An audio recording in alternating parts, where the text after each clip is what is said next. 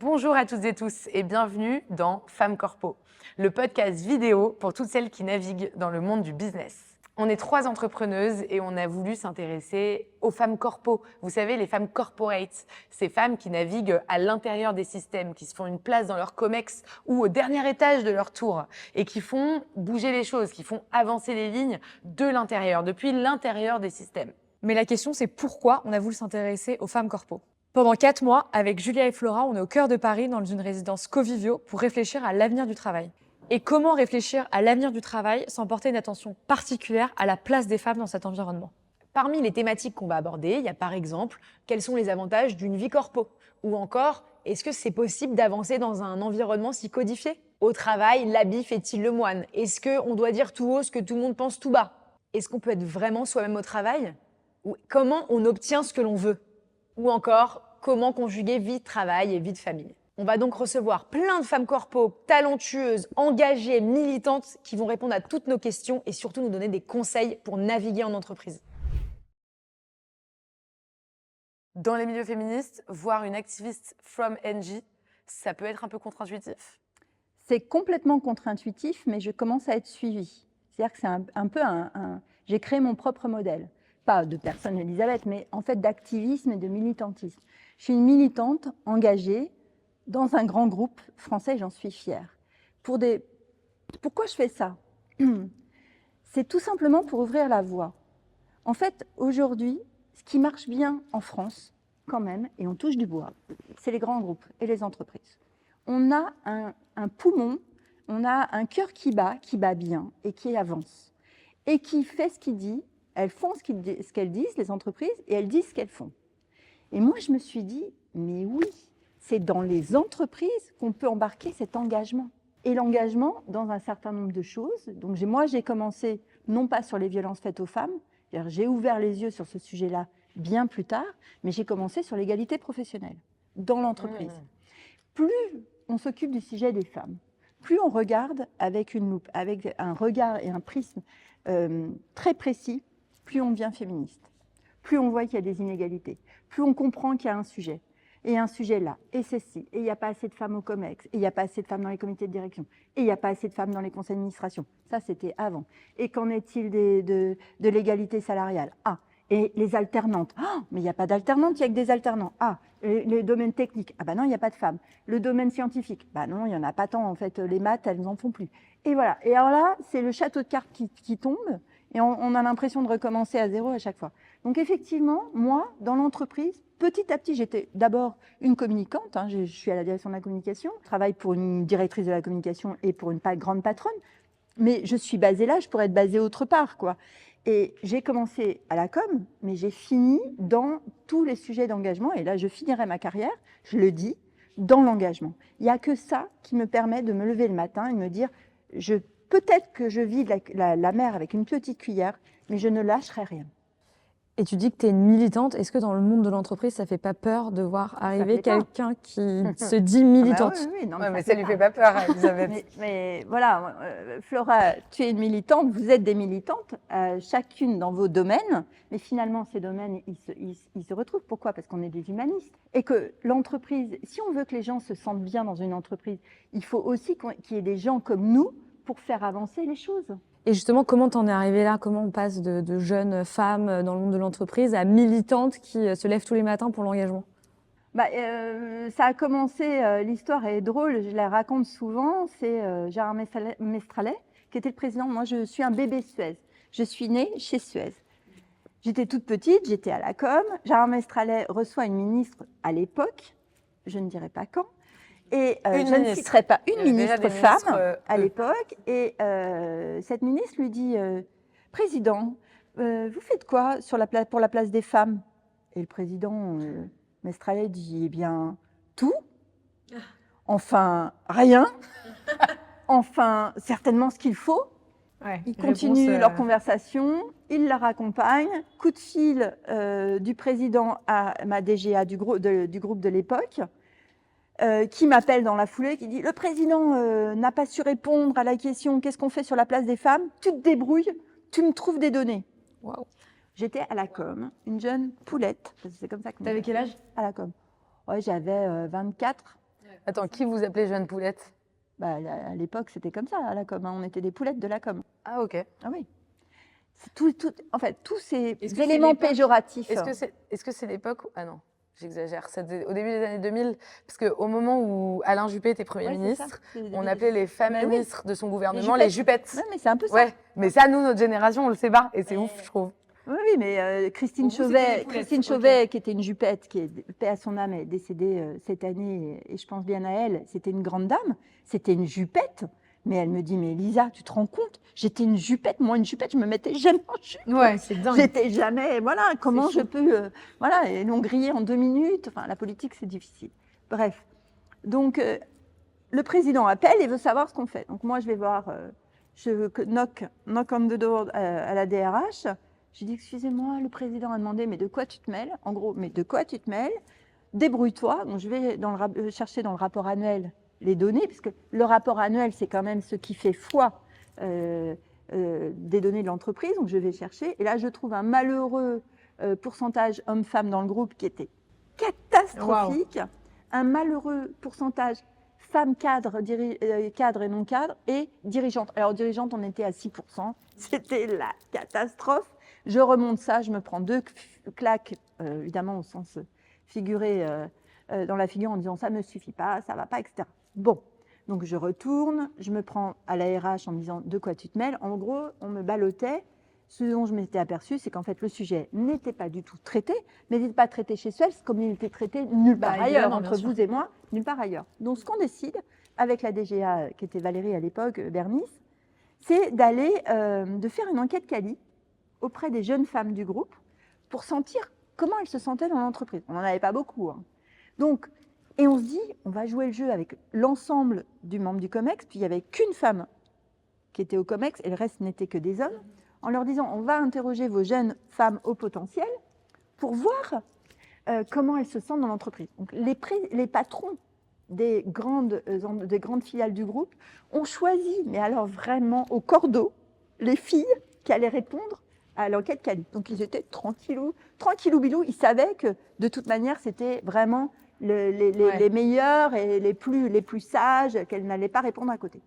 L'enquête quali se fait et le président de l'enquête qualitative de l'époque, je ne citerai pas, c'est une grande boîte type IFOP, mais ce n'était pas IFOP, m'appelle en me disant « Mademoiselle Richard, oui, bon, on a un problème, on ne va pas pouvoir restituer l'enquête. » Je dis ah, mais, non, mais moi, ma tête sur le billot, je lui dis « Mais vous plaisantez, mais qu'est-ce qui se passe?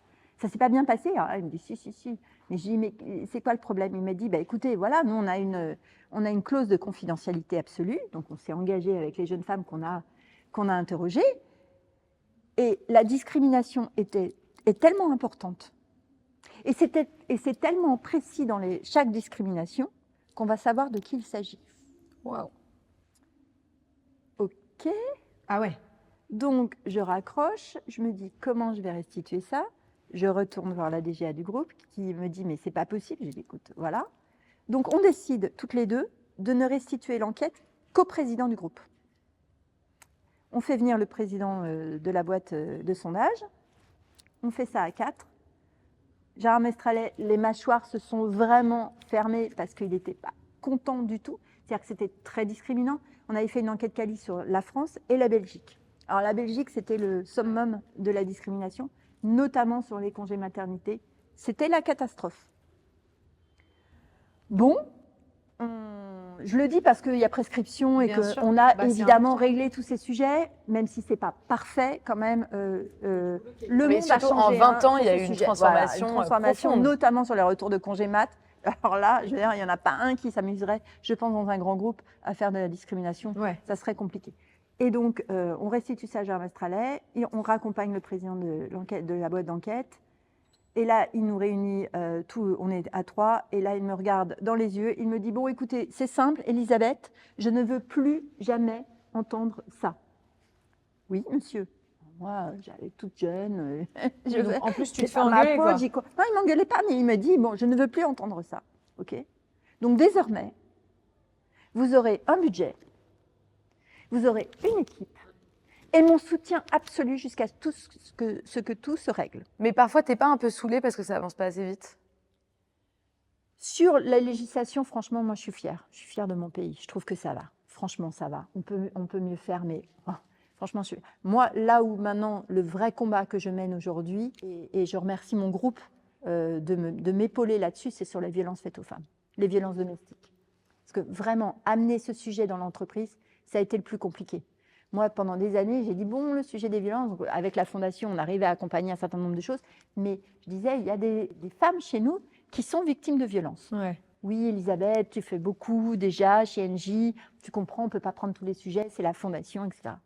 Et puis est arrivé le Covid, est arrivé le confinement. Bien sûr. Et en confinement, nous avons été témoins d'un acte de violence en Zoom sur un groupe de femmes que l'on accompagnait, que je accompagnais. Et donc le président, Catherine McGregor n'était pas encore arrivée dans le groupe, mais le président Jean-Pierre Clamadieu, je l'ai appelé d'urgence et là il m'a dit vous avez carte blanche, faites ce qu'il faut, etc. Et Catherine évidemment aujourd'hui nous accompagne sur le sujet.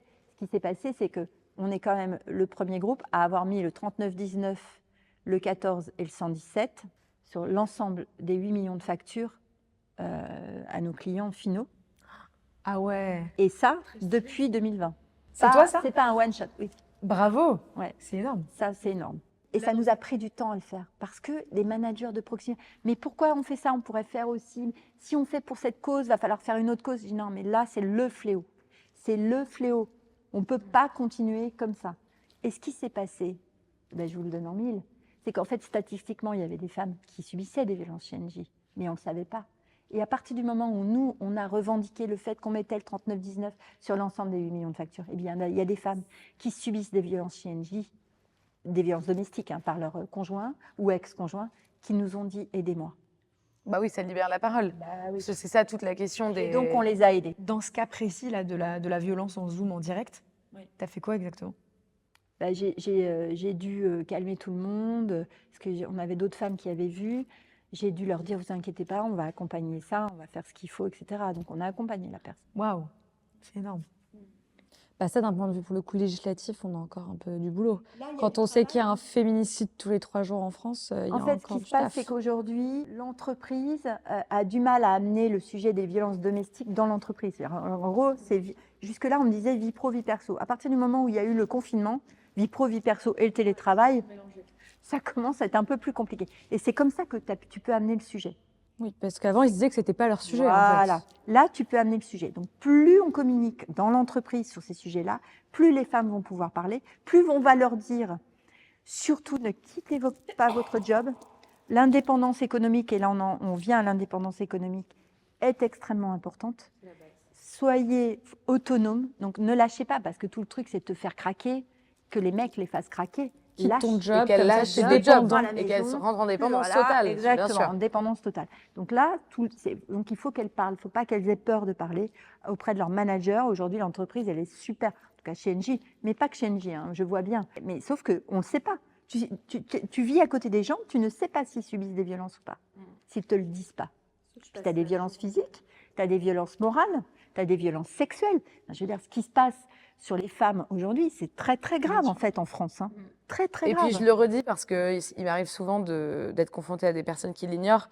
Les violences sexistes et sexuelles sont dans toutes les classes sociales, évidemment, et ça n'a rien à voir avec les revenus, Non. les origines. Non, il faut toujours arrive le à redire. tout- Et et ça, plus- toutes les études le montrent. Parce que moi, j'ai été souvent confrontée à des personnes qui me disaient il y a plus de violences chez les ouvriers que chez les cadres. C'est faux. C'est exactement pareil dans toutes les classes sociales.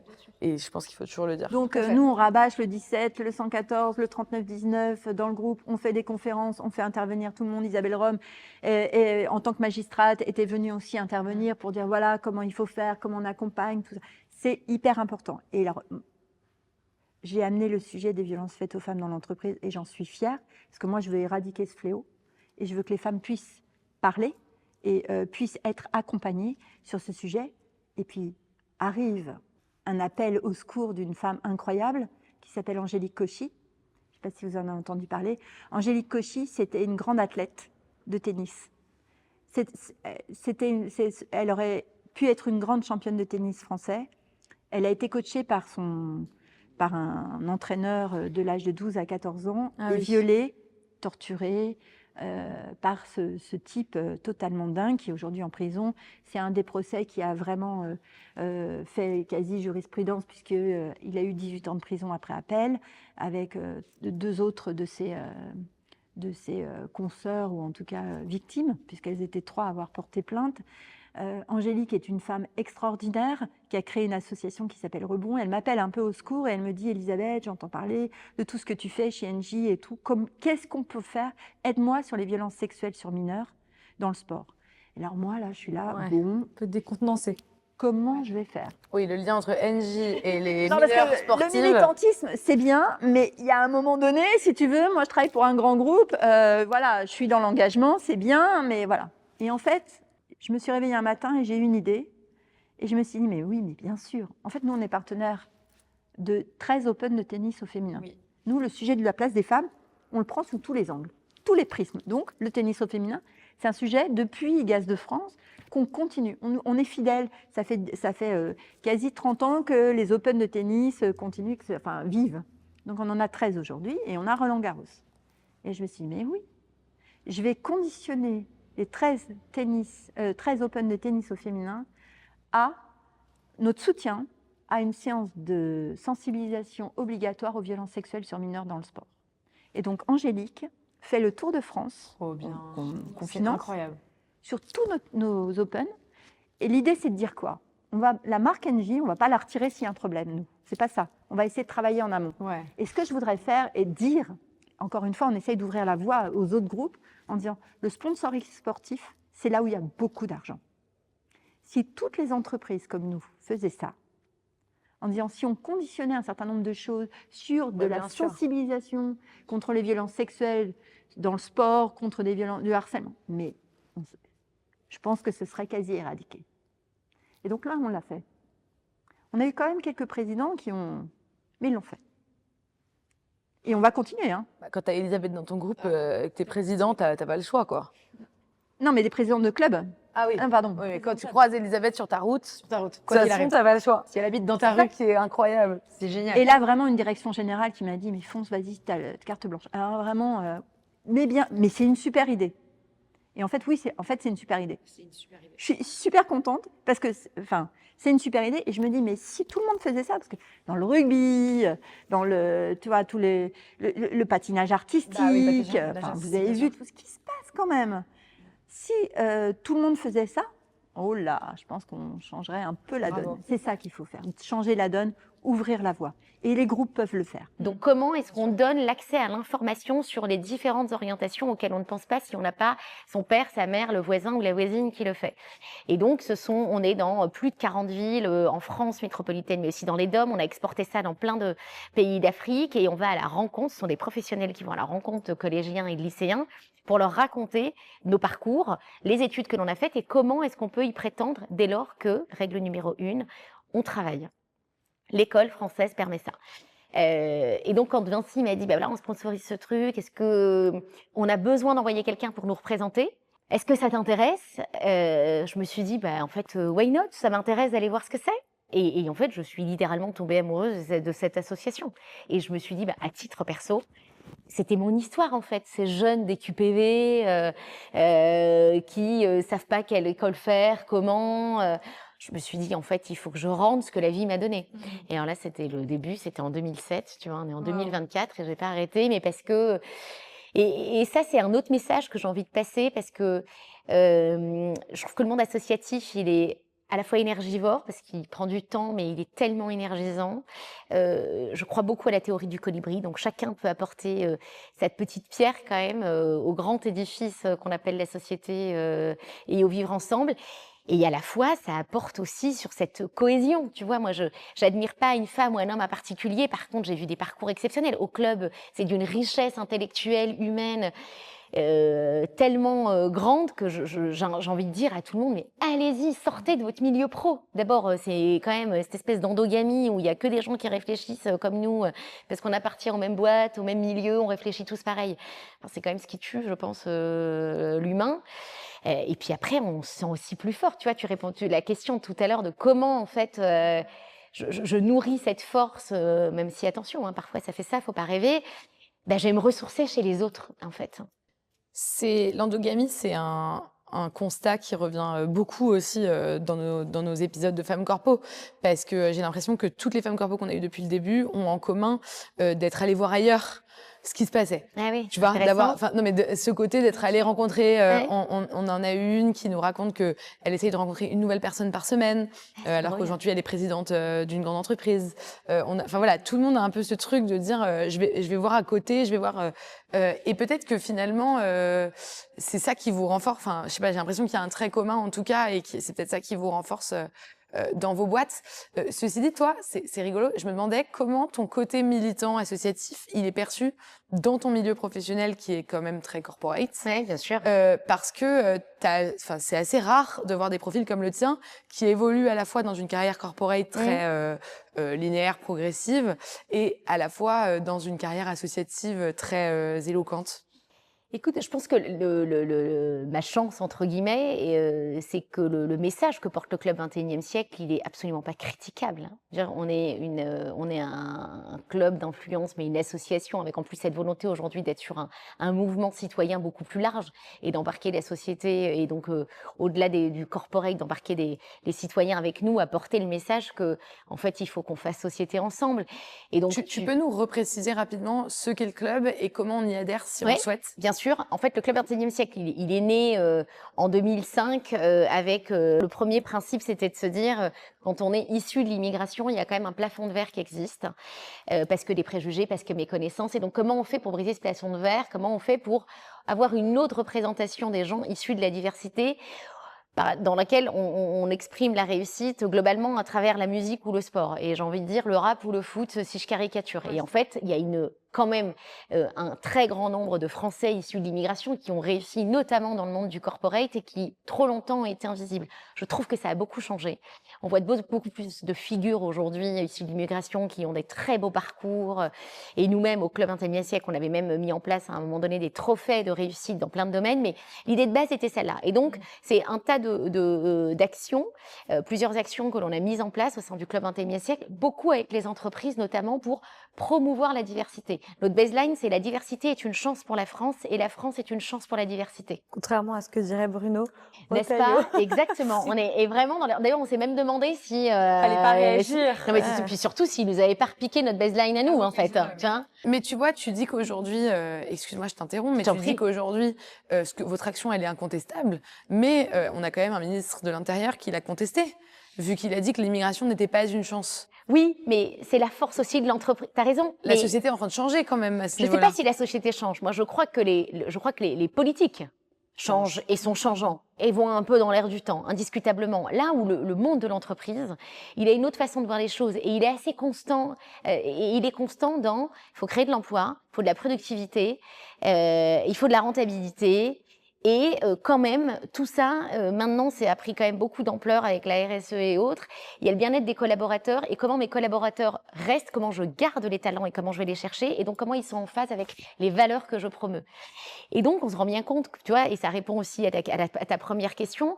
En fait, dans le monde du corporate, personne ne peut me reprocher de dire que la diversité est une chance pour la France, que les talents, ils sont partout, et qu'il faut pas se brider et qu'il faut aller les chercher, et qu'on ne peut pas aujourd'hui refuser un job ou une promotion à quelqu'un parce qu'il est issu de l'immigration. C'est absolument impossible et c'est même réprimé par la loi. Donc, en Mais fait, c'est encore le cas. C'est encore le cas. Enfin, ça mais peut encore arriver. ça peut encore arriver, évidemment. Mais ça devient des choses qui sont, dans une entreprise en tout cas, ça devient des choses qui sont faites de façon, a priori, isolée. Et ça, c'est plus des choses que tu trouves portées par une entreprise, en tout cas pas les grandes. Après, le monde des Il PME, y en a il est plein, très par large. exemple, mais- qui mettent pas leurs photos sur leur CV parce qu'ils ont pas, ou qui changent de nom. J'ai lu un post LinkedIn, Ouais, la dingue, bien où sûr. un mec a changé de nom et il a reçu, je sais pas, beaucoup sûr. plus de réponses positives. Non, mais il y avait encore des études il y a quelques années qui avaient démontré, et d'ailleurs l'Institut Montaigne l'avait fait également sur l'appartenance supposée à une religion, et on se rendait bien compte, d'ailleurs l'étude avait démontré que quand on était supposé appartenir à la religion catholique ou juive ou musulmane, le nombre de CV envoyés n'était absolument pas le même pour avoir une première réponse. Et donc c'était x6 quand on était supposé être d'origine juive, et x10 quand on était supposé être d'origine musulmane. Et c'était lié, l'étude est intéressante, c'était lié au nom, enfin donc c'était le patronyme et c'était l'appartenance aux scouts. Donc scout catholique, scout bah oui. israélite. Et donc, on est de- discriminé si on était dans les scouts d'une religion. Exactement. Il fallait envoyer 6 fois Ouais. plus de CV quand tu étais supposé, a priori, juif, Oui. et quand tu étais supposé être musulman à partir de ton patronyme et le fait d'être dans les scouts musulmans, c'était 10 fois plus de CV. Donc évidemment qu'il y a encore des réalités comme celle-là. Maintenant, je trouve que les entreprises, elles ont bougé les choses. Il y a des formations qui sont faites. Il y a des... Malgré tout, là, on est moins bon dans les entreprises, encore quand même. C'est sur les managers. C'est-à-dire que, alors on forme maintenant les managers, mais trop longtemps c'est resté aux ressources humaines, en fait. Et donc maintenant, tu as quand même des très gros programmes où les managers eux-mêmes sont sensibilisés à ces sujets-là, et c'est essentiel. Si tu avais une baguette magique pour changer dans le secteur de l'immobilier et du BTP, un truc qui permettrait d'être plus inclusif pour les femmes et les diversités, tu ferais quoi? Je pense que je permettrais finalement au monde associatif et aux initiatives qui ouvrent les yeux de plein de collaborateurs en fait, qui n'ont pas le temps, qui n'ont pas envie, d'aller justement chercher, tu vois, ou écouter ces conférences, ces podcasts. C'est de laisser ce monde-là qui est le nôtre en fait, qu'on partage, hein, entrer dans l'entreprise pour ouvrir les chakras en fait, tiens, des gens, et se dire ah ben ouais, j'avais pas remarqué que quand t'étais queer on te regardait pas comme ça, que quand t'étais supposé être musulman ou juif, on te regarde pas comme ça. Et en fait, on aurait, je pense que on pourrait y gagner à laisser un peu plus entrer cette espèce de sensibilisation par la mobilisation citoyenne en fait. Et tu parles de révolution, et même faire des petites révolutions à petite échelle, mais est-ce que c'est encore possible de faire des révolutions, ou encore, non, c'est même pas ça, est-ce que c'est possible de faire des petites révolutions dans le système bancaire, dans le milieu bancaire? Ah oui, le microcrédit, c'est une révolution en soi. Déjà, il faut faire la révolution. Il y a tellement d'injustices sociales en France et dans le monde c'est une nécessité. Enfin, chacun peut le faire à son niveau. Aller voir son voisin et lui proposer 1 heure de mentorat pour son fils ou d'aller faire les courses pour... voilà, la solidarité est révolutionnaire, comme on dit parfois. Donc, du coup, je pense que déjà, c'est aussi une attitude d'esprit qu'il faut essayer de rendre publique et de rendre séduisante, parce que ça peut paraître un peu neuneux quand même, hein. Et c'est pour ça que je trouve que la force de l'humour... Autre source d'inspiration, Éric Toledano et Olivier Nakache. Salut éternel, reconnaissance éternelle, cœur. Mais c'est vrai que je pense qu'ils ont fait beaucoup pour qu'on arrête de dire que c'est bisounours quand même, de dire que la solidarité, c'est gna-gna, etc. Les restos du cœur aussi, hein, voilà, la suite avec Marius Colucci, la suite de Coluche, ils ont su mettre les mots pour pas que ça fasse trop nounours. Mais donc, pour revenir à ta question, dans le monde bancaire, on peut faire des comptes bancaires pour des femmes victimes de violences, on peut faire des comptes bancaires pour des réfugiés qui n'ont même pas de papier, etc. On peut ouvrir aujourd'hui un compte en banque sans avoir de domiciliation, etc. On peut faciliter, en gros, pour tous les publics vulnérables, qu'ils soient femmes en danger, réfugiés, etc. Bref, ça existe, ça s'appelle Nickel, et le microcrédit. Mohamed Younous, Marianova, qui est un institut Marianova qui vient de se créer récemment avec l'aide de BNP Paribas. Et effectivement, je pense que ça fait partie des mini-révolutions. Et on ne se rend pas compte, il ne faut jamais, je crois que c'est Marianova qui disait ça, il ne faut jamais sous-estimer la capacité de révolution personnelle que peut avoir une personne qui est dans la pauvreté. C'est-à-dire qu'on lui donne 10 €, on lui donne 100 €, elle peut le transformer en 1 000 € ou en 10 000 €. Et on le voit partout dans le monde, ça a été très très bien théorisé par Esther Duflo, que le microcrédit en soi est une véritable révolution. Après, le mécénat est une forme de révolution. Qu'une grosse boîte décide de mettre tant d'argent chaque année au service de la philanthropie, certains certes pour faire de la com, certains d'autres pour faire du greenwashing, ou d'autres tout simplement parce qu'ils ont une tradition de bien commun et de souci de l'intérêt général et qui veulent de toute façon que la société marche mieux, qu'une boîte marche mieux, forcément quand il n'y a pas les gilets jaunes ou la guerre en Ukraine, etc. Donc si on veut la cohésion sociale et la paix dans le monde, c'est aussi parce qu'on pense que ça sera toujours mieux pour l'économie mondiale. Donc le mécénat, la philanthropie, c'est aussi une forme révolutionnaire de se dire je voudrais que le monde aille mieux. Bill Gates l'a fait et moi j'aime beaucoup le mouvement aussi des grands milliardaires effectivement qui décident de mettre une partie de leur fortune au service de grandes causes. Je pense que ça, c'est révolutionnaire aussi. Mais il y a plein de révolutions, hein. Bob Geldof, il a fait la révolution en faisant de la musique dont les droits d'auteur sont reversés à des causes. C'est ce que fait très bien Luc Barbet. Moi, je pense que ce qu'il fait aussi est formidable avec le site Action, avec Solidays. Il y a de nouvelles formes aujourd'hui de mécénat. Et je trouve que c'est ça qui est intéressant. Elles peuvent être révolutionnaires parfois aussi. Et tu as donc été journaliste, aujourd'hui tu es à la tête d'une fondation. Pour te connaître un peu, tu aimes beaucoup surtout porter la voix des autres. Oui. Donc moi, tu me connais, la parole des femmes m'intéresse, et le fait que toi, tu prennes ta parole qui est puissante parce que tu es quelqu'un de reconnu et de connu, au service des autres. Tu penses que c'est comme ça qu'on change la société ? Oui, moi je pense que c'est... Enfin moi, en tout cas, je ne sais pas si je change la société, mais je vois bien les effets de levier que peut avoir une fondation. Donc effectivement, qu'il y ait moins de femmes battues, c'est quand même ce qu'on m'a demandé quand je suis arrivée. Dans mon entretien d'embauche, on m'a dit, tu vois l'immeuble, là, il y a tant de femmes battues, il faut que l'année prochaine, il y ait moins de femmes battues. Donc c'est des exemples très concrets.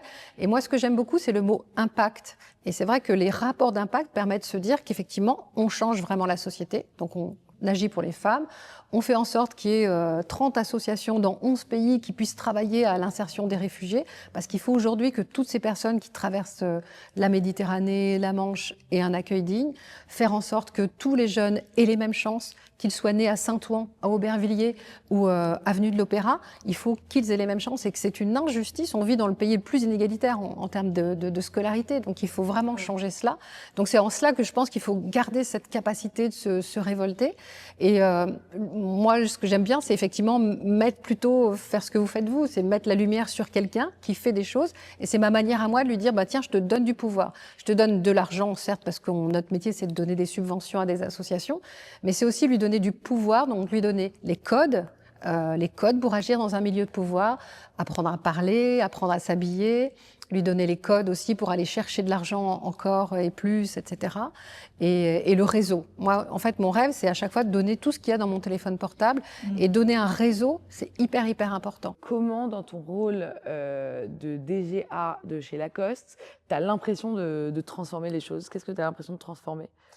Je pense que si vous interrogiez en fait les équipes, je pense que je suis d'abord reconnue pour aider les gens à se développer. Et donc en fait, souvent je dis que je suis là en fait, ou que je tente d'être là pour leur donner en fait les conditions de pouvoir en fait réussir.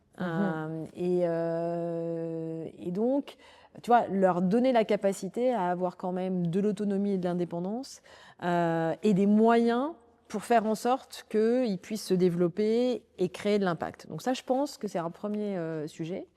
Après, concrètement parlant, on a quand même fait pas mal bouger en fait la marque ces dernières années, et que donc la notion d'impact sur la transformation de la marque, qui avait bien sûr démarré même avant que j'arrive, mais en tout cas, je pense que collectivement, on a eu vraiment de l'impact en fait à travers ce qu'on a fait sur cette marque. Dans une autre échelle, on a au sein de l'écosystème Lacoste une fondation, la Fondation Lacoste, qui est une fondation qui a été créée il y a 17 ans et qui est vraiment dédiée à l'éducation par le sport. Et en fait, pour le coup, je m'y suis pas mal engagée parce que, pareil, en matière d'impact, je pense que quand on a la chance en fait d'être dans de très très belles entreprises qui par ailleurs en plus performent bien, c'est extrêmement important de trouver, quel que soit, on va dire, le format, il se trouve que là, c'est à travers une fondation, la possibilité, en tout cas, de redonner, et de redonner, en fait, à la société. Je pense que, voilà, on est dans des sociétés qui sont quand même très chahutées, qui sont avec des déséquilibres, avec des inégalités extrêmement fortes. Et j'en reviens là, pour le coup, à quelque chose dans lequel, en tout cas, qui est chez moi un élément très fondateur, c'est la place du sport en fait dans la vie et la place du sport dans la société. Et je pense que le sport peut pas être bien évidemment le remède à tout, mais en tout cas le sport a une capacité de transformation forte. Il a d'abord cette capacité à donner confiance. Parce que ça apprend à se dépasser, ça apprend l'effort, mais ça apprend en tout cas des valeurs qui sont des valeurs, je pense, très fondamentales. Le sport, en fait, crée ensuite des notions d'émotion qui sont fantastiques. Et c'est vrai qu'à travers la Fondation, on développe, et on est partenaire en fait de programmes existants à travers le monde. On intervient dans 25 pays, où en fait, l'objectif, c'est mettre le sport au cœur de jeunes qui sont bien évidemment plus défavorisés et les accompagner dans cette confiance, dans cette capacité à aller dans certains cas aussi jusqu'à de l'insertion professionnelle à travers le sport. Et sur le sujet du sport, c'est hyper intéressant. J'étais dans un bar voir un match de foot hier soir. Et je suis pas spécialement sport, enfin j'aime bien faire du sport, mais je suis pas spécialement sensible aux compétitions sportives, etc. Et j'étais avec plein d'hommes qui se connaissaient pas au début, et après ils sont tous devenus amis le temps du match, et à la fin ils se sont tous quittés, bon comme il se passe dans tous les bars de France, je vois qu'il y a un match quoi.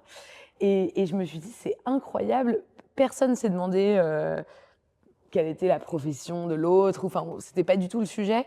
Le sujet c'était juste comment il tape dans le ballon, pourquoi il est pas fort, pourquoi lui il est fort, enfin et du coup ça a créé un lien commun que j'ai trouvé mais fascinant. Bon peut-être je fais des études sociologiques dans ma tête de tout ce que je vois, donc peut-être je vais un peu trop loin, c'était juste un match de foot dans un bar, mais je me suis dit est-ce que les femmes on a cet accès au sport, on a quand même moins accès au sport collectif et tu vois, le foot et le rugby qui sont les deux sports les plus suivis en France, on va pas se mentir, ils sont quand même plus suivis par des hommes.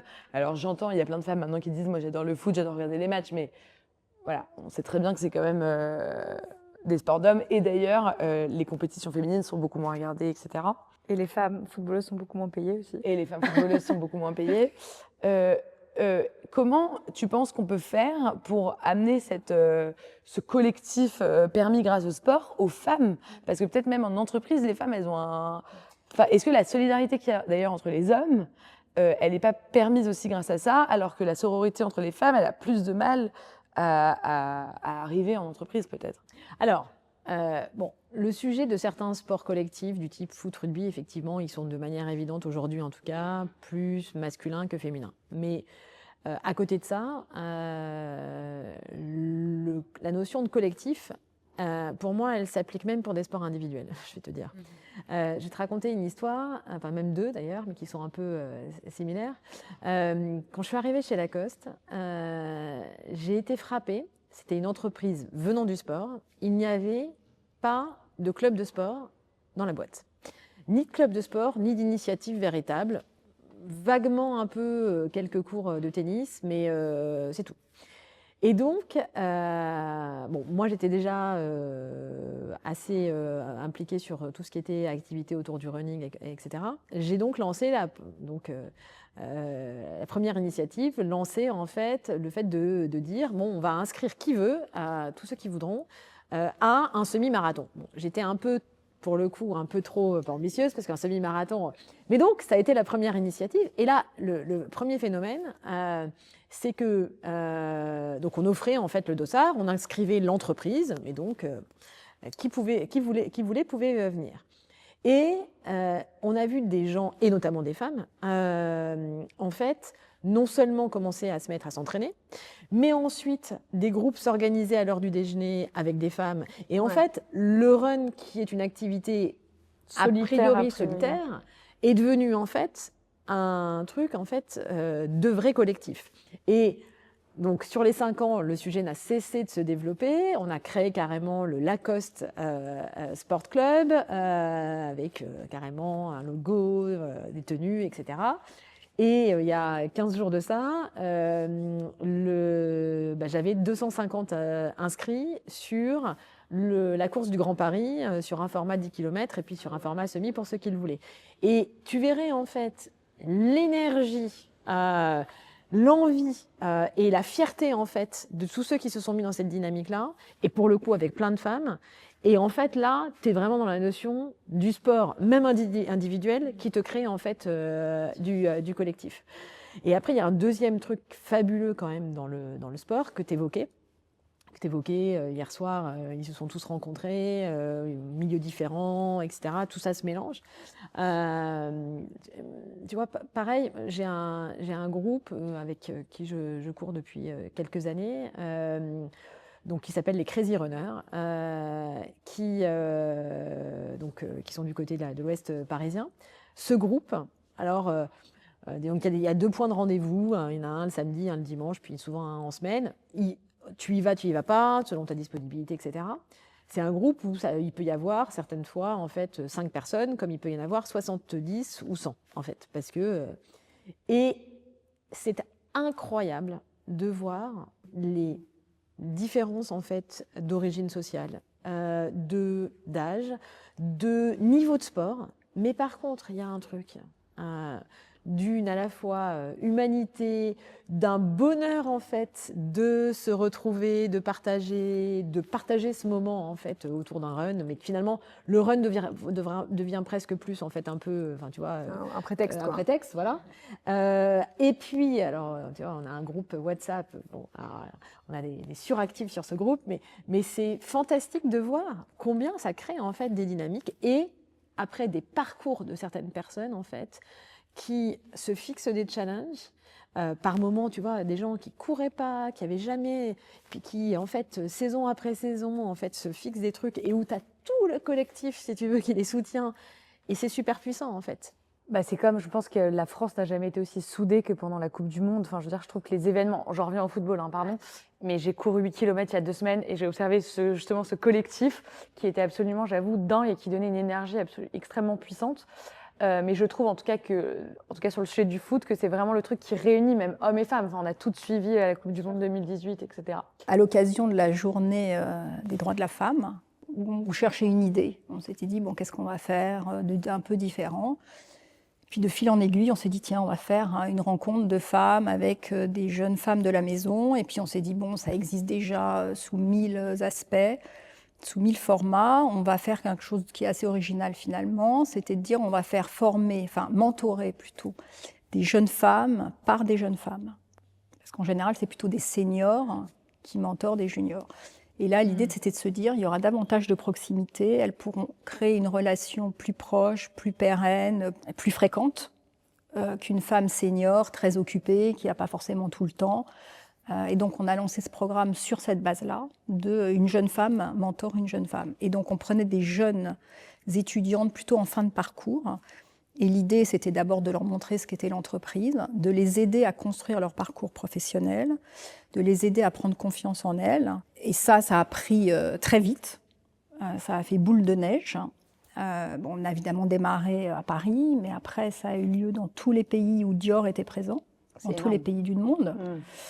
Et donc, on a un peu, chaque année, on améliorait le programme. On a aussi construit une plateforme d'éducation en ligne sur tous les sujets de développement durable. Avec l'UNESCO aussi.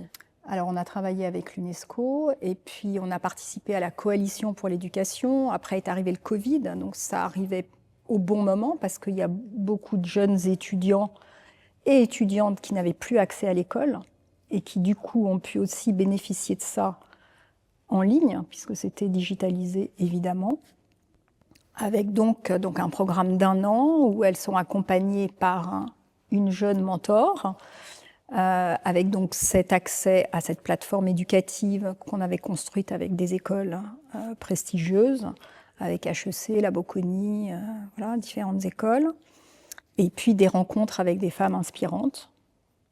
Et ce qui était intéressant, c'est qu'au départ, donc c'était des jeunes femmes qui mentoraient des jeunes, et les hommes ont voulu participer, en disant, mais nous aussi, on veut en être, et on veut mentorer des jeunes filles. Et donc, on a ouvert le programme aussi aux hommes, et à la fin, on avait 20% d'hommes quand même qui... C'est génial.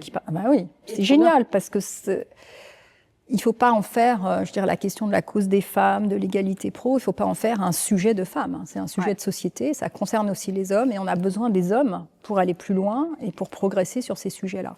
Donc, et pourquoi t'être intéressée aux femmes particulièrement? Parce que j'imagine qu'il y avait la Journée internationale des droits des femmes, en effet, mais il y avait aussi le sujet des femmes, du sujet des femmes en elles-mêmes. Pourquoi t'être intéressée aux femmes et je sais pas, pourquoi pas à d'autres catégories. Des jeunes, par exemple, ou les jeunes aussi m'intéressent. Oui, bah non, mais on va dire que les femmes, il n'y a que les femmes qui m'intéressent, mais parce que je pense que sur ce sujet-là, on a encore des combats malheureusement à mener. Il y a encore des progrès à faire dans beaucoup de domaines. Et puis, je veux dire, la France, l'Europe, c'est une partie du monde. Et alors, quand on va encore plus loin, il y a encore plus, il peut y avoir encore plus de sujets. J'ai pu rencontrer énormément d'artistes, puisque on s'occupait des interviews, on faisait des chroniques. Enfin voilà, c'est ce qui m'a permis vraiment de pouvoir rentrer dans les maisons de disques.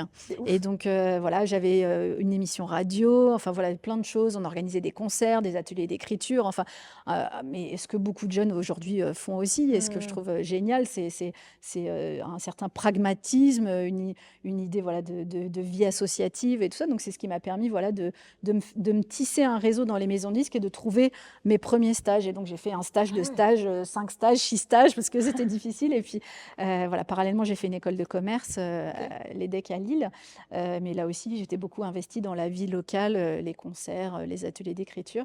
Et donc après, j'ai fait mes stages et j'ai pu trouver mes premiers jobs en maison de disques chez Virgin. Donc je suis passée par plein de maisons de disques jusqu'à mon premier CDI où j'étais chef de projet à l'image. Je m'occupais des clips et des pochettes d'artistes. Mais tout est parti de ton premier site de rap, parce que c'est quand même dingue de se dire j'ai zéro réseau et j'ai envie d'être patronne d'une grande maison de disques. Et comment tu tisses ce réseau? Exactement, c'est parce que avec nos copains, on voulait interviewer les artistes qu'on admirait, donc on a commencé à monter ce site et aller à la rencontre. Et en plus, à l'époque, il y avait tellement peu de médias qui s'intéressaient à cette musique qu'on était extrêmement privilégiés. Donc j'ai pu interviewer que ce soit Jay-Z, Kanye West, parce que quand ils venaient en France. Et c'était chouette et ça m'a permis voilà, de conforter, enfin, en tout cas de faire grandir en moi l'idée que je travaillerais dans la musique. Et tu as grimpé comme ça chez Virgin. Tu es resté combien de temps chez Virgin? Je suis restée, j'ai fait un peu plus de 4 ans chez Virgin, donc je me suis occupée de la variété française et de l'électro. Donc ça, c'était absolument génial parce que ça m'a permis aussi de m'ouvrir.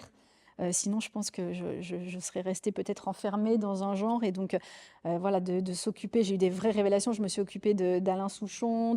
J'ai travaillé avec Renaud, avec Jean-Louis Aubert, avec Camille, avec Benjamin Biolay et tous ces artistes, avec David Guetta aussi, qui m'a beaucoup, que j'ai trouvé fascinant. Et donc, tous ces artistes m'ont vraiment ouvert. Et ça a été très, très chouette. Donc, voilà, ça m'a permis de travailler, de réfléchir à d'autres stratégies pour développer un autre style musical. Moi, il y a un sujet qui me tient beaucoup à cœur aussi, c'est diversifier, par exemple, les ressources artistiques, les gens qui signent les artistes, qui détectent les artistes.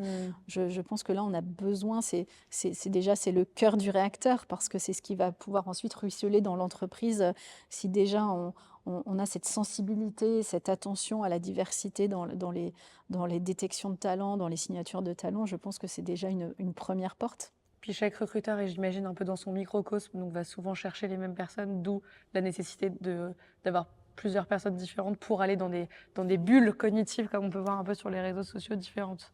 Le recrutement aujourd'hui, effectivement, c'est très difficile. Et puis, je pense qu'aussi, c'est une remise en question permanente et beaucoup d'écoute et de compréhension sur aujourd'hui, qu'est-ce que la nouvelle génération attend du travail aussi, où est-ce qu'on place la valeur du travail. Moi, je suis parfois très perturbée par des gens qui n'ont pas les mêmes attentes que nous, on avait à cette époque, des gens qui veulent faire plein de métiers d'un coup, ces slasheurs qui me perturbent, qui veulent être chef de projet, / directeur artistique, / Mais qu'est-ce qu'on en fait de ces gens? Est-ce qu'on leur dit non, tu rentres dans une case, ou est-ce qu'on essaie de se remettre en question, de s'adapter, de s'asseoir ensemble à une table et de dire ok, quel est notre projet commun, qu'est-ce qu'on cherche? Et la musique, pour moi, c'est une opportunité énorme pour rester jeune, quoi. Et donc, on est dans un métier voilà, qui se renouvelle en permanence. C'est une industrie qui a changé 5 fois. Quand j'ai commencé, c'était pas du tout je veux dire, le business ne se faisait pas du tout du streaming. Enfin voilà, c'est une industrie qui se réinvente en permanence. Donc, on doit aussi réinventer nos métiers, on doit aussi réinventer notre façon de travailler et les services qu'on offre aux artistes. Et là, dans ton expérience chez Sony, tu as l'impression de t'être réinventée aussi?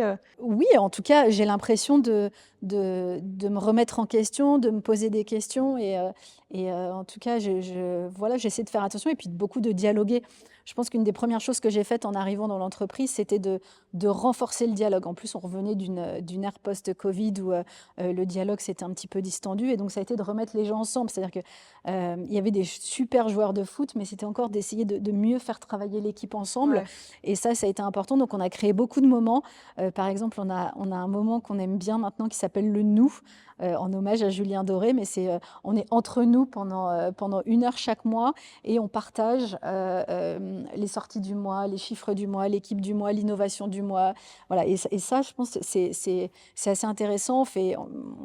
voilà, on partage beaucoup. Pour moi, c'est hyper intéressant d'écouter, de poser des questions, de comprendre et de comprendre la culture de l'entreprise. Je pense qu'une des premières choses aussi quand je suis arrivée, c'était de comprendre la culture de Sony et ensuite de pouvoir proposer mes changements, voilà, d'apporter ma patte. Et puis, j'avais aussi évidemment moi, de gros challenges artistiques. C'était de pouvoir aller renforcer le roster, signer des nouveaux artistes, développer des talents. Parce que moi, c'est ce qui m'excite le plus au quotidien, c'est le développement de talents. Ouais. Et talent, quand je dis talent, en plus, c'est pas qu'artiste, c'est aussi les talents, c'est aussi les collaborateurs. De pouvoir promouvoir quelqu'un, mais c'est grisant, quoi. Là, on se dit qu'on a réussi quelque chose quand on a des gens qui mûrissent dans l'organisation, qui prennent des responsabilités, qui ont des réussites. Et ça, c'est le plus beau cadeau. C'est bien plus gratifiant, c'est bien plus nourrissant que la réussite personnelle, en fait, de regarder les autres autour de soi grandir. Ouais. Tu nous en as déjà un peu parlé, mais est-ce que tu as été confrontée à des moments particuliers de sexisme dans ta carrière qui ont été peut-être des freins ou... Oui, régulièrement. Est-ce que je les ai vraiment verbalisés, intériorisés? Pas forcément. J'ai quelque chose quand même en tête. C'était dans mes jeunes années, quand je voulais absolument travailler dans la musique. Je suis allée voir un patron de label un patron de label de rap, pour lui demander s'il avait une place pour moi. Et sa réponse a été cinglante et m'a beaucoup marquée, puisqu'il m'a dit moi, de mon vivant, il n'y aura jamais de femmes dans mon label, parce que les femmes, soit ça couche avec les artistes et ça crée des problèmes, ou soit les femmes, ce sont des mauvaises négociatrices et ça me fait perdre de l'argent. D'accord. Donc on était bien dans les deux clichés mais ça m'a rendue plus forte, en fait. Ça m'a donné une espèce de niaque. Et je pense que... Non, mais ce qui tue pas rend plus fort, hein, j'y crois vraiment. Donc voilà, Il y a de la rage. Et il y a de la rage. Et d'ailleurs, pour tout avouer, j'ai recroisé cette personne récemment et je lui ai parlé de ça. Et elle m'a dit, putain, il n'y a que les imbéciles qui ne changent pas d'avis. Donc je pense qu'aussi, on a progressé dans la société, on a progressé dans l'industrie musicale. On n'y est pas encore, mais on progresse chaque jour. Mais là, tu vois, c'est un conseil, ça va être une nouvelle clé pour nos auditrices et nos auditeurs, mais c'est un conseil presque personnel que j'ai à te demander. En ce moment, je regarde la série Culte, qui raconte l'histoire du Loft, de Love Story, et où on voit notamment donc l'actrice Anaïd Rosam qui joue le rôle de Alexia Laroche-Joubert, qui est toujours d'ailleurs une des grandes patronnes dans l'industrie télévisuelle. Et on voit beaucoup de moments où elle a affronté du sexisme. Et moi, rien que dans mon lit, devant ma série, j'ai envie de frapper tout le monde, quoi. Enfin, ça me rend folle. Et est-ce que tu conseillerais d'intérioriser ou justement d'extérioriser tes émotions? Parce que Flora, je pense que du coup, tu as tendance à extérioriser tes émotions. Est-ce que stratégiquement, tu dirais plutôt intérioriser et ensuite aller extérioriser auprès des collaborateurs, ou tout de suite extérioriser auprès de la personne qui nous fait une remarque? Alors moi, je pense vraiment, et j'ai changé avec ça, parce que je pense qu'il faut extérioriser, que c'est capital. Avec le bon vocabulaire. Avec le bon vocabulaire, mais je pense qu'on a été beaucoup éduqués, en tout cas notre génération a davantage intériorisé. Et je pense qu'en tant que femme, on a parfois assimilé aussi le pouvoir et le leadership à la dureté. Et je pense que de montrer ses émotions, de montrer ses failles, c'est ultra important de dire... Bon, bah là, je suis fatiguée parce que ci, parce que ça. Là, je suis très émue, je suis impressionnée, je ne suis pas dans mon assiette, je ne suis pas à l'aise de dire ça. Moi, c'est des choses, je n'osais pas le dire parce que je pensais que dans mon statut, il fallait que j'ai tout le temps l'air sûr de moi et tout ça. Et je pense qu'aujourd'hui, en mûrissant et tout ça, je pense que de montrer ses émotions, montrer ses faiblesses, c'est important. C'est très juste ce que tu dis, parce qu'il y a eu un moment où on faisait beaucoup de formations au leadership au féminin, leadership pour les femmes, etc. Absolument. Et où on leur apprenait à être des hommes comme les autres, c'est-à-dire devenez un homme, comme ça vous prenez le pouvoir. C'était un peu le discours, je dirais, sur la période peut-être 2010-2020. Et là, on est un peu entré dans une autre ère où on dit, bah attends, t'as le droit aussi d'être une chef au féminin, et c'est peut-être différent. Est-ce que toi, tu dirais, mais c'est peut-être un peu cliché comme question cette fois-ci, en plus t'as dit que j'avais fait une très bonne question, celle d'avant, alors ça met la barre haute. Est-ce que tu dirais que tu exerces un leadership au féminin? Non.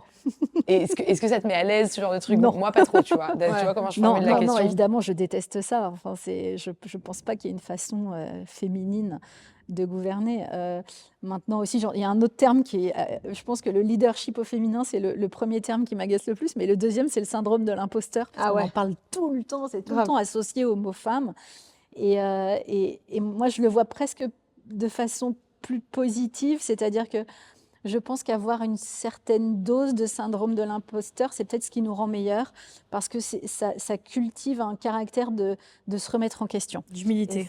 D'humilité et de remise en question permanente. Alors évidemment, il faut quand même, on ne parle pas non plus de jamais avoir confiance en soi et de se sentir vraiment mal dans ses basques, mais une fois de temps en temps de douter de tout ça, je pense qu'on avance plus vite quand on doute et quand on se remet en question. Et je pense que l'abus de confiance en soi, c'est ce qui fait qu'on peut s'endormir dans des postes de dirigeants et de ne pas penser au coup d'après, à la remise en question, à comment on s'améliore. C'est une erreur.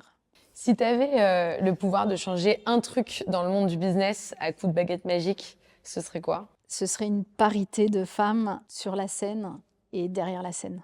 Je pense qu'aujourd'hui, il y a encore beaucoup de chemin à faire, à la fois sur scène, pour avoir plus de femmes dans les rôles modèles. Mais moi, ma fille fait de la batterie, elle me demande de citer des batteuses. C'est pas facile. Ouais. Quand je l'amène dans des concerts, elle me dit tout le temps pourquoi il n'y a jamais de filles qui font de la batterie. Donc voilà, j'ai envie qu'elle puisse grandir aussi avec ces modèles-là. Donc il y a des associations qui font un superbe travail. Je pense à More Women on Stage, par exemple, qui se bat pour qu'il y ait plus de femmes. Mais c'est un sujet. La route est encore longue, ça progresse, mais il y a encore beaucoup de choses. Et évidemment, derrière la scène aussi, tous les métiers techniques et puis évidemment les métiers dans notre industrie, donc de femmes qui dirigent des labels à des femmes techniciennes, backline, son, etc.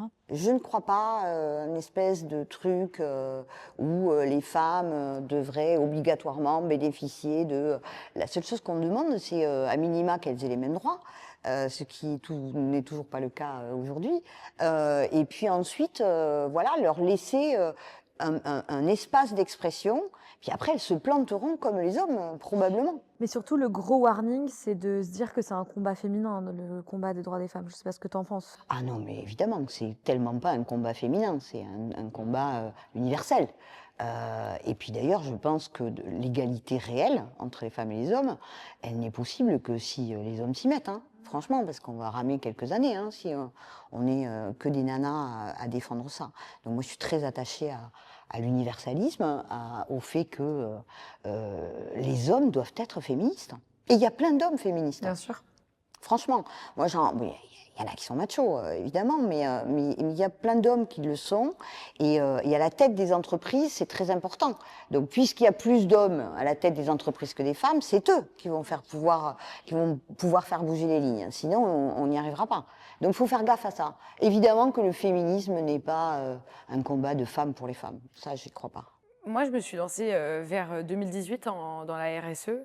Et c'est vrai qu'à l'époque, il n'y avait aucun problème à parler de féminisme en entreprise, à parler de diversité, d'inclusion, parce que là, on parle de féminisme, et toi, ton poste, il est plus large sur l'inclusion des diversités et des minorités. Et à l'époque, c'était un truc normal, il fallait que les entreprises avancent. Alors parfois, elles avancent un peu lentement ou elles traînaient un peu la patte, mais c'était le chemin et c'était un peu logique. Il y a, toi, dans les médias, tu dois en plus le voir encore plus que dans d'autres secteurs. Il y a une vraie propagande d'extrême droite dans le débat public au point de dire que, typiquement, dans un cadre professionnel, la semaine dernière, on parlait d'une entreprise de femmes en insertion qui avait permis de faire quelque chose et on nous a répondu « Ah ouais, c'est wokiste votre projet ». Genre voilà, donc alors que c'était des gens qui n'étaient pas du tout politisés, enfin voilà, mais il y a une vraie désinformation sur qu'est-ce que la diversité et l'inclusion en entreprise. Est-ce que ça veut dire qu'on va couper la tête de tous les hommes pour mettre des Noirs et des Arabes ou alors, enfin voilà, non mais parce que tu lis des trucs parfois sur les réseaux pas possible. Il y a aussi vraiment une influence sur les femmes qui feraient mieux de, en fait, si les femmes n'ont pas des postes de responsabilité, c'est parce qu'elles font mieux de s'occuper de leurs enfants ou de, enfin, on lit toutes ces choses. Il y a une jolie vague sur les réseaux sociaux, et c'est une vague voilà, qui est organisée et structurée. Est-ce que toi, tu as peur que les droits des femmes soient en recul dans les entreprises, et est-ce que tu penses que cette influence culturelle, elle va pénétrer justement sur les politiques RSE qui étaient bien initiées par les entreprises? Alors j'ai envie de te répondre, réponse de Normand, oui et non. Moi j'ai peur pour les droits des femmes quand je vois en dehors de l'entreprise, on peut revenir à l'entreprise, mais les droits des femmes dans le monde. Donc j'ai un drôle de goût amer qui est ambivalent parce que d'un côté, je vois bien que l'égalité entre les femmes et les hommes avance de façon concrète sur beaucoup, notamment en entreprise d'ailleurs, et dans le monde économique, etc. Et d'un autre côté, évidemment, je vois un recul et une espèce d'idée générale dont tu parlais, où on remet les vieux relents de les femmes à la maison, et puis ce qui se passe en Afghanistan, en Iran, enfin bref. Donc tu vois, je suis très embêtée parce que j'ai l'impression qu'on avance et en même temps, j'ai l'impression qu'il se passe un truc hyper dangereux qui ferait que toutes les avancées pourraient être remises en question du jour au lendemain. Tu vois, l'élection de Trump aux États-Unis et de voir cette campagne qui quand même s'est forgée sur les hommes contre les femmes, c'était incroyable. C'est la première fois qu'on voit ça, avec des poussées de masculinistes, avec de, tu vois, ça fait flipper quoi. Est-ce que tu as un avis concret sur la question? Moi, je sais que je ressens une grande frustration quand on me demande mon avis sur un sujet et que je n'ai aucune idée de l'avis que j'ai sur ce sujet. Donc en fait, tu déblatères un petit truc, mais est-ce que c'est vraiment ça ce que tu penses profondément? Bon, voilà. Comment tu as pris la parole, toi? Est-ce que tu penses que pour s'engager, il faut prendre la parole, il faut porter une voix? Et si on porte cette voix, est-ce qu'il faut la porter haut, cette voix? Ou justement, ça peut se faire un peu... Je crois qu'il y a 1000 manières de s'engager. S'engager, c'est pas forcément être au-devant de la lumière, leader, et porter tous les autres derrière. S'engager, ça peut être dans une association, avoir une mission concrète qui fait avancer le public sans pour autant prendre la lumière. Je crois que c'est chacune qui voit ce qui lui correspond. Après, ce qui est sûr, c'est que pour porter un engagement, il faut le faire savoir. C'est-à-dire que si tu restes dans ton petit coin et que tu t'affirmes pas et tu te montres pas, c'est plus compliqué. Mais je crois que chacun peut trouver sa place qui lui correspond. Moi, j'ai voulu, pendant des années, je l'ai fait sans me mettre en avant. Et puis un jour, j'ai dit, il est temps que je le porte. Et puis, je me suis décidée à le porter, et voilà. Mais c'est aussi dans l'évolution de chacun et dans le caractère de chacun, c'est pas une obligation. Si une femme est confrontée dans son entreprise à une situation de discrimination ou même pas de discrimination au sens légal du terme, mais en tout cas une situation qu'elle considère qui n'est pas correcte, voilà, du sexisme ou quoi, c'est quoi pour toi le meilleur qui la concerne elle ou pas elle forcément nécessairement, c'est quoi pour toi le meilleur moyen de réagir? C'est d'en parler, évidemment. D'en parler. Dans toutes les entreprises, tu as même les plus petites. Tu as ce qu'on appelle un CSE, donc tu peux rapporter quelque chose, mais c'est le dire. Et si ça ne te concerne pas et ça concerne ta voisine ou ton voisin, c'est le dire aussi. Souvent dans l'entreprise comme dans la société d'ailleurs, ça ne nous concerne pas, on n'en parle pas. Si tu es témoin de ça, c'est réagir, c'est en parler quand c'est... Plus c'est grave, plus il faut en parler de façon...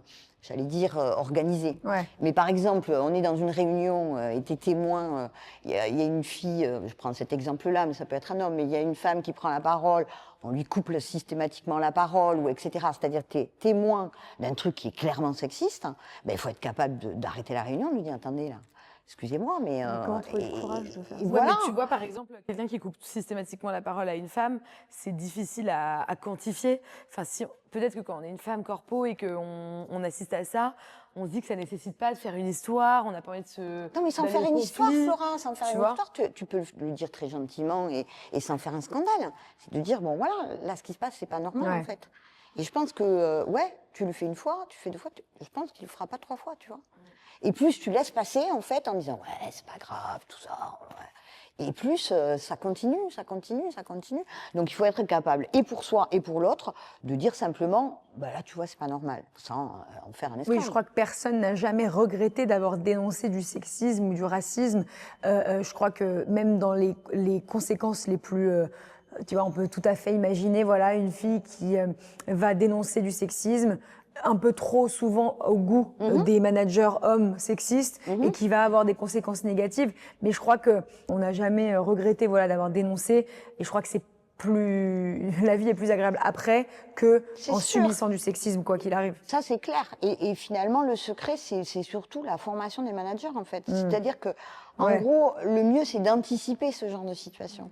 Si tu as une entreprise qui forme ses managers à ces questions-là, en profondeur, pas juste un atelier de 2 heures, en profondeur, qui explique les biais, qui explique les mécanismes, qui explique tout simplement ce qui est acceptable et ce qui ne l'est pas. Parce que des fois, on en est là, en fait. Tu vois bien que derrière, plus les gens sont formés, plus les managers sont formés, et moins il arrive ce genre de situation. Donc, T'en as subi, toi, du sexisme? évidemment, comme nous toutes, non, dans la vie, évidemment, mais et parfois plus jeune sans m'en rendre compte.